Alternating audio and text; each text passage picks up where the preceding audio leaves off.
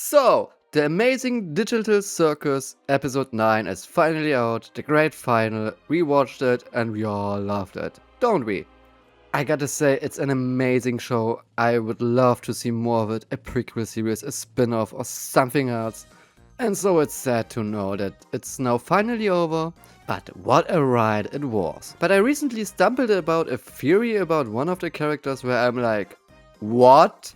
And usually I don't have a problem with weird theories about movies and TV series. I always love them, but this one is just wrong. But at this point I have to do a disclaimer.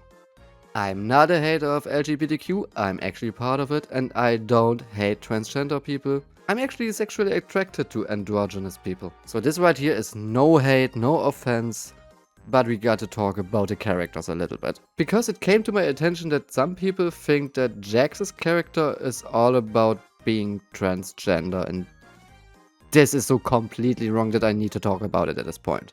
Especially when there is actually a transgender person in this whole mix of characters, but it's just not JAX. But we will talk about that at the end of the video. So, what is the character of JAX actually about? Because his whole character is all about bottling up your emotions, not being able to open up to people and therefore slowly corrupting into a bad person/thing. I don't show up to any funerals. Yeah, I bet you don't. Because you're scared. You're scared you'll actually show a human emotion. And that is the main reason why he is the only character from the main cast who actually gets corrupted at the end. And yes, many people hated it because it's really dramatic, but that is what his character is about. I mean, think about it. We all know at least one person in our life who fits that description. That one person who acts like an obnoxious asshole for no reason at all, until you realize that this person probably had just a troubled past and never got over it. Because that person never opened up, bottled up all inside until it corrupted the character. And so at some point you think, I can fix him or her. And then you realize, no, it's already too late for that person. I know you need it. And I'm the only person who can help you. You need me. I can fix you. And you will always think about the possibility if you could have fixed him or her if you just tried harder. I wish I'd pried a little more. I somehow forgot how bad it can get. Just because he says that he's confused at one point doesn't mean that he's sexually confused. You can be a disappointment to your father or mother in any other kind of way also. And I think that's a problem for many people out there nowadays, that they just can't reach the standards of the father or mother that has been given. I told her something I regret telling her. Something deep and personal that I thought would get her off my back. You're probably thinking that the thing what he said to his mother was that he wanted to be a girl. But no, he clearly states that what he said to her was for the reason to get her off her back. So I think he probably told her that he hates her and that he doesn't want to see her again. And she laughed at him because she knew he was lying. He was lying to her and himself like he has always been. The bow that Ribbit puts on his head is not about that she realized that he actually wants to be a girl.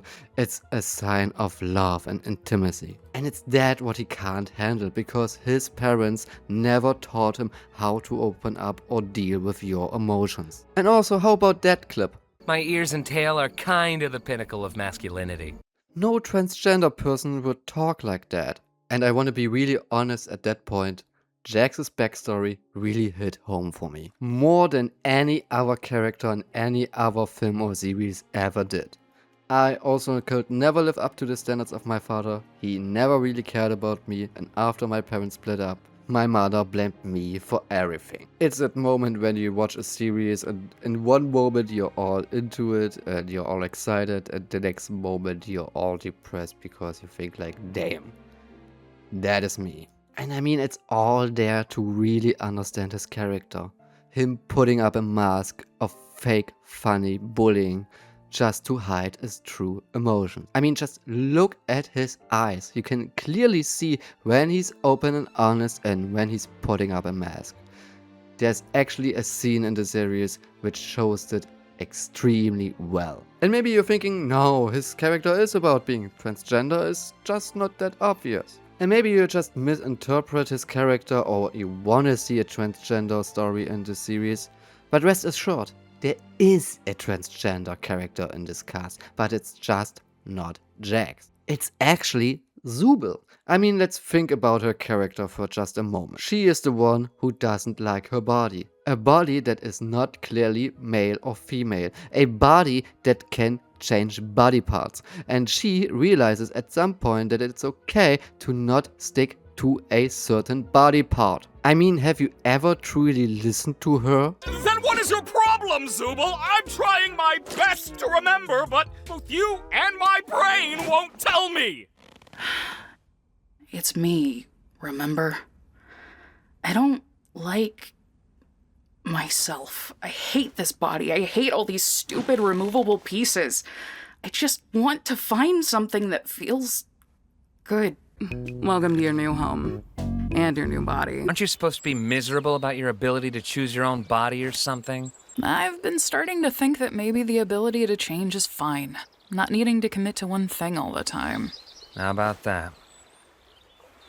And if I do still have problems, I talk about them with the people I trust. All right, you really want to know what I want? Oh no.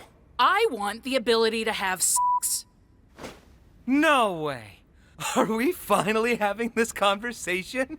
I mean, just the fact that Kane already knew what she was going to talk about is a great hint about her character. And also, JAX is completely chill and funny about this conversation.